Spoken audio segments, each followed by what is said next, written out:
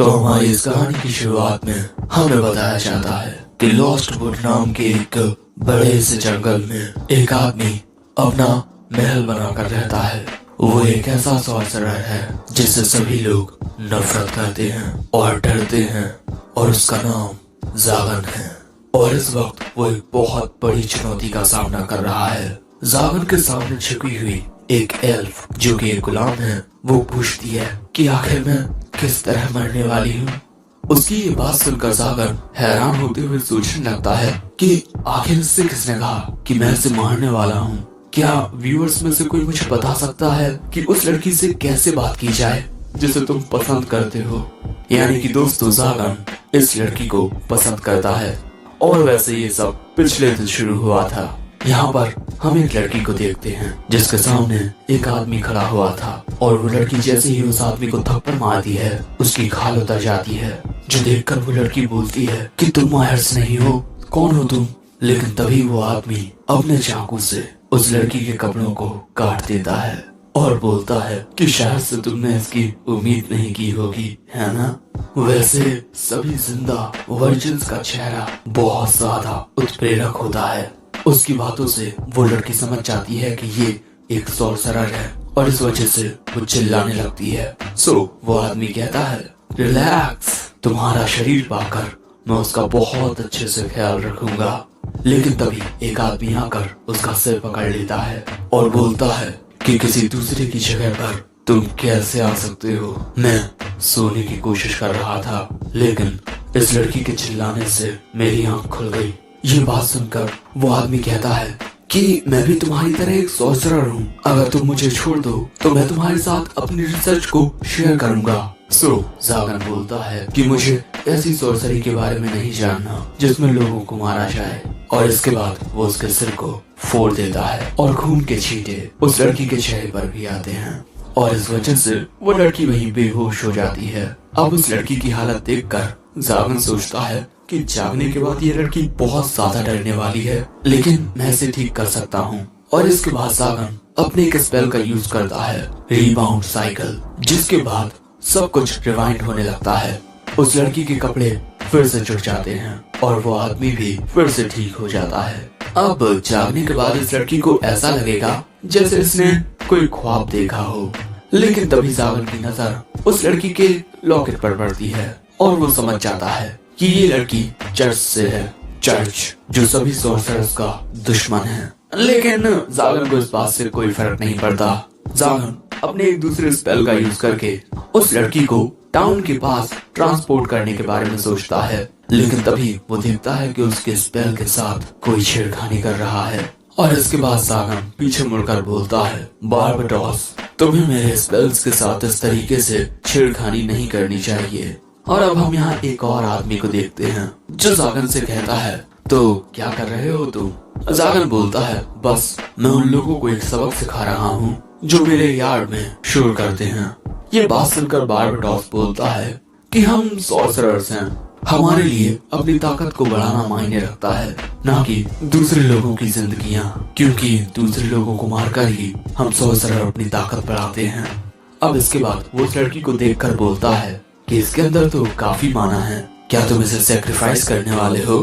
तभी जागन बोलता है कि लोगों को मारना मेरा सॉर्सरी स्टाइल नहीं है। और इसके बाद वो उस लड़की को वहाँ से ट्रांसपोर्ट कर देता है, और इसके बाद जागन वहाँ से जाने लगता है, ये बोलते हुए कि अब मुझे सोने जाना है, अगर तुम्हें कोई काम है तो तुम बाद में आ सकते हो। बारबाटोस बोलता है कि तुम जागने के लिए एड्रेनालिन का यूज कर सकते हो। जागन बोलता है कि हाँ, उसी का इस्तेमाल करने की वजह से तुम्हारी आंखों के नीचे डार्क सर्कल्स आ गए हैं। बारबाटोस बोलता है कि हमें अपने शरीर का अच्छे से ख्याल रखना चाहिए ताकि हम ज्यादा वक्त तक जिंदा रहें। वैसे मेरे पास एक काफी मजेदार खबर है जागन, क्या तुम्हें पता है आर्क डीमंस में से एक मार्कोसियस मर चुका है। ये बात सुनकर जागन हैरान हो जाता है, और अब हमें आर्क डीमंस के बारे में पता चलता है कि ये टाइटल उन्हीं को मिलता है जिनके अंदर बहुत ज्यादा माना होता है, और वो लो रैंक वाले सॉर्सरर्स को ऑर्डर्स भी दे सकते हैं। उनके पास ये अथॉरिटी आ जाती है, और 13 आर्क डीमंस में से सबसे ज्यादा जिंदा रहने वाला कल मर चुका है। अब बारबाडोस बोलता है कि क्या तुम इस बारे में और जानना चाहते हो, लेकिन तुम तो सोने जा रहे थे। जागन बोलता है कि बताना है तो बता, दिमाग खराब मत कर। सो बारबाडोस बताता है कि मार्कोसियस की टेरिटरी का एक काफी बड़ा ऑक्शन होने वाला है, जिसमें उन चीजों की नीलामी होगी जो मार्कोसियस अपने पीछे छोड़ गया। और इसके बाद हमें टाउन का सीन दिखाया जाता है जहाँ पर नीलामी होने वाली है। वहाँ पर बारबाडोस और जागन एक साथ आते हैं। और दोस्तों, अब हमें पता चलता है कि बारबाडोस जागन के पास इसीलिए आया था ताकि वो नीलामी के लिए कुछ पैसे उधार ले पाए। अब यहाँ पर ये दोनों बातचीत करते हुए जा रहे थे। जागन बोलता है कि तुम किसी और से पैसे क्यों नहीं ले लेते। बारबाडोस बोलता है कि नहीं, सिर्फ तुम ही मुझे पैसे दे सकते हो।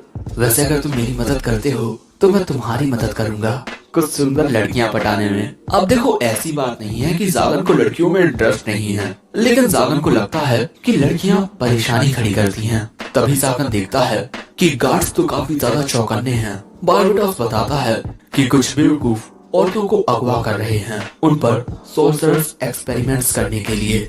शायद से वो कोई रिचुअल परफॉर्म करना चाहते हैं। ये बात सुनकर जागन सोचता है कि कहीं वो लोग किसी ताकतवर चीज को समन तो नहीं कर रहे, जैसे कोई डीमन। लेकिन इसके बाद वो दोनों आगे बढ़ने लगते हैं। अब इसके बाद बारबाडोस जागन से पूछता है कि कहीं तुम तो ये किडनैपिंग नहीं करवा रहे। जागन बोलता है कि ये सारी फालतू की चीजें हैं। बारबाडोस बोलता है कि तुमने सही कहा, और इसके अलावा तुम्हारे इतने दोस्त भी नहीं हैं जो तुम्हें मुसीबत से बाहर निकालें। सो जागन बोलता है कि मुझे दोस्तों की कभी कोई जरूरत नहीं लगी। और इसके बाद वो दोनों पहुंच जाते हैं नीलामी में, जहाँ पर हजारों की तादाद में लोग आए हुए थे। और वहाँ पर काफी सारी चीजों की नीलामी हो रही थी। और वहाँ पर काफी सारे ताकतवर लोग थे। किमेरस द ब्लैक प्लेट, ग्रिमोनी द एन्चेंट्रेस और वेलफोर द एपेरिशन। दोस्तों, ये वो टाइटल्स हैं जो सॉर्सरी जितने ही ताकतवर हैं। और अब ये लोग कैंडिडेट्स बन गए हैं 13th आर्कडीमन बनने के लिए, क्योंकि मार्कोसियस मर चुका है। दूसरी ओर ग्रिमोनी द एन्चेंट्रेस किमेरस से कहती है कि वो बिखरे बालों वाला आदमी कौन है। किमेरस बोलता है ये बारबाडोस द पोर्केटरी है, और उसके बगल में बैठा हुआ है जागन। वो काफी जवान है, लेकिन उसका कोई टाइटल नहीं है, लेकिन फिर भी आर्कडीमन कैंडिडेट्स में उसका नाम आता है। लेकिन तभी उस नीलामी की आखिरी चीज सभी के सामने लाई जाती है। ये चीज आर्कडीमन मार्कोसियस की खुद की जागीर है, क्योंकि इनके बीच एक कॉन्ट्रैक्ट था। लेकिन मार्कोसियस के मरने के बाद वो डील खत्म हो गई है, और अब हम इसका नया मालिक खोज रहे हैं। और ये होती है नॉर्डर्न होली लैंड की लेजेंडरी रेस की एक मेंबर, एक एल्फ। और यहाँ पर जो जागन होता है वो उस एल्फ को बस देखता ही रह जाता है। ऑक्शन वाला बोलता है कि जैसा कि आप सभी जानते ही होंगे कि एल्फ्स भगवानों के कितने करीब होते हैं, और ये तो बहुत ज्यादा खूबसूरत है। और इसकी जो मैजिकल प्रॉपर्टीज हैं वो इसे काफी ज्यादा कीमती बना देती हैं। आप इसका इस्तेमाल एक लव स्लेव की तरह भी कर सकते हैं। इसकी बोली की शुरुआत हम करेंगे 10,000, लेकिन तभी आवाज आती है 1 मिलियन, और सभी लोग हैरान हो जाते हैं क्योंकि ये होता है जागन। तभी बारबाडोस बोलता है अरे मैं मानता हूँ कि एक एल्फ है, लेकिन इतनी ज्यादा रकम। लेकिन यहाँ पर जागन को उस लड़की से पहली नजर का प्यार हो गया है, और इसी वजह से वो उसकी मदद करना चाहता है, उसे मुस्कुराते हुए देखना चाहता है और उसे छूना चाहता है। तभी बारबाडोस बोलता है कि तू इसके साथ क्या करेगा यार। लेकिन जागन जो एक्सप्रेशन देता है उसे देखकर तो बारबाडोस भी घबरा जाता है, और इसके अगले ही पल में जागन उड़ते हुए उस लड़की के पास आ जाता है और सोचने लगता है कि यार मैं उससे क्या बोलूं, और वैसे क्या ये ठीक है, इसकी आंखों में कोई चमक नहीं दिख रही। और अब जागन उस जंजीर को देखकर पूछता है कि ये क्या है। ऑक्शन वाला आदमी बताता है कि ये कॉलर उसके माना को काबू में रखता है, और इसके अलावा वो कहीं भाग भी सकती है। और वैसे हम में से कोई ये भी नहीं जानता कि इसे हटाया कैसे जाए। जागन पूछता है कि क्या ये होश में है। वो बताता है आदमी कि ये हमेशा ऐसी ही रहती है, और इस पर मामूली सॉर्जरी का तो कोई असर भी नहीं होता। ये बातें सुनकर जागन सोचता है कि मैं इसके साथ बातें करना चाहता हूँ, और वो बोलता है कि मैं इंतजार नहीं कर सकता इसकी वो आवाज सुनने के लिए।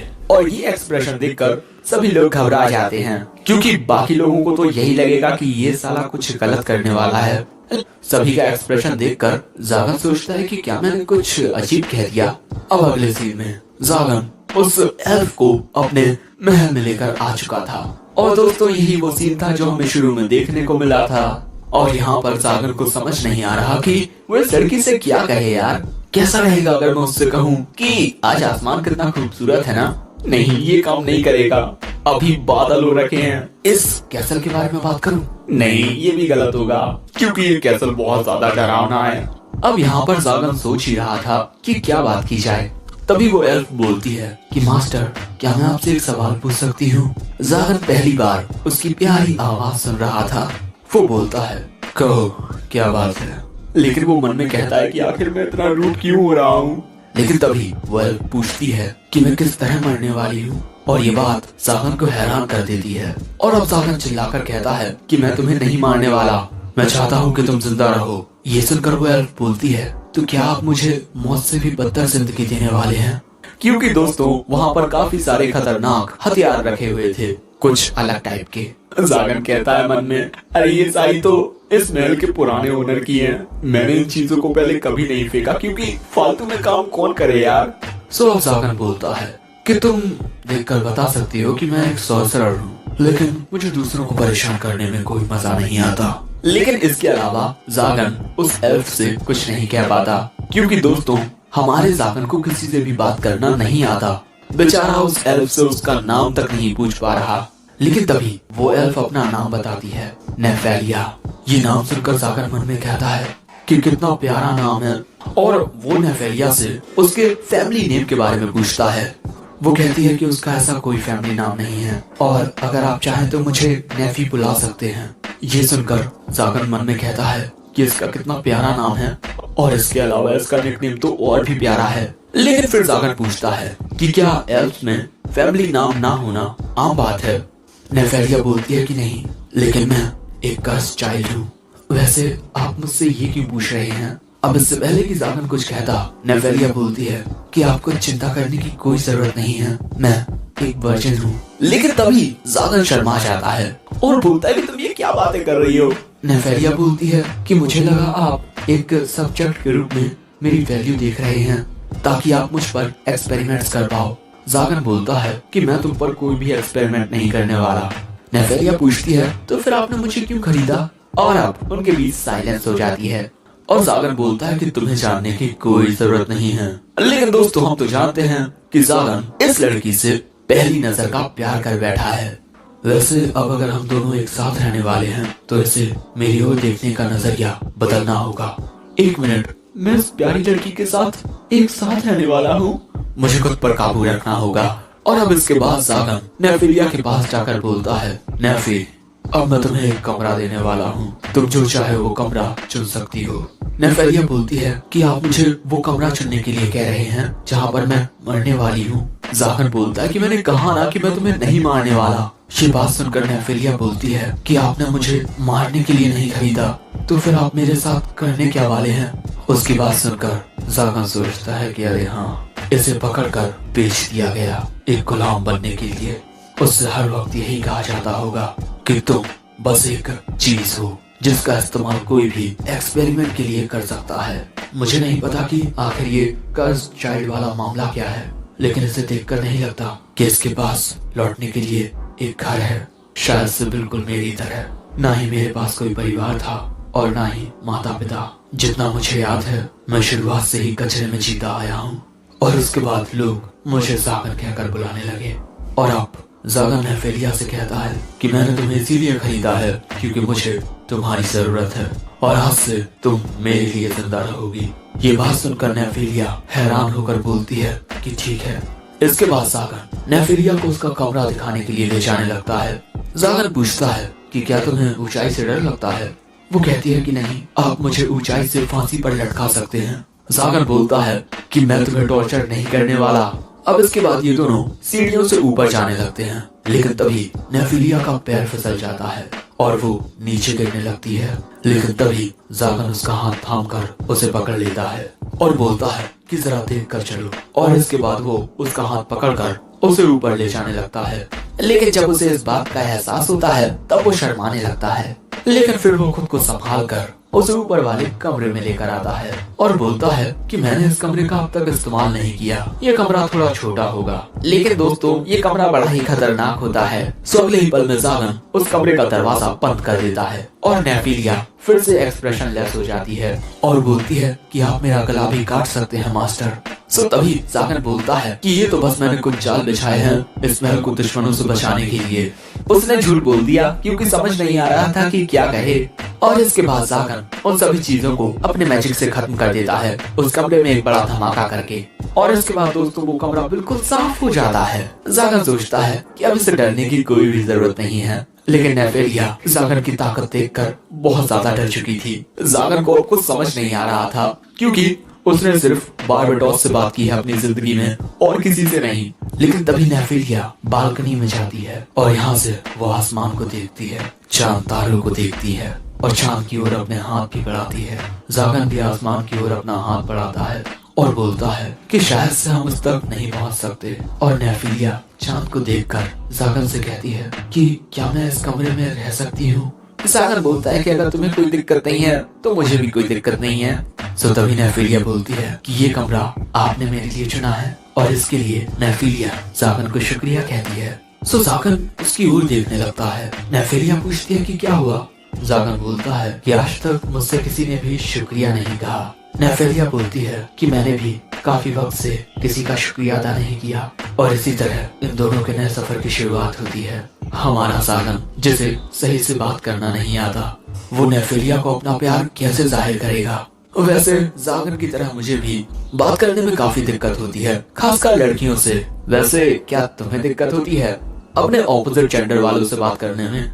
कमेंट करके जरूर बताना। और हाँ, वीडियो पसंद आया हो तो लाइक करना, कमेंट करना, शेयर करना। सब्सक्राइब ना किया हो तो वो भी कर दो। और आखिर में सायोनारा।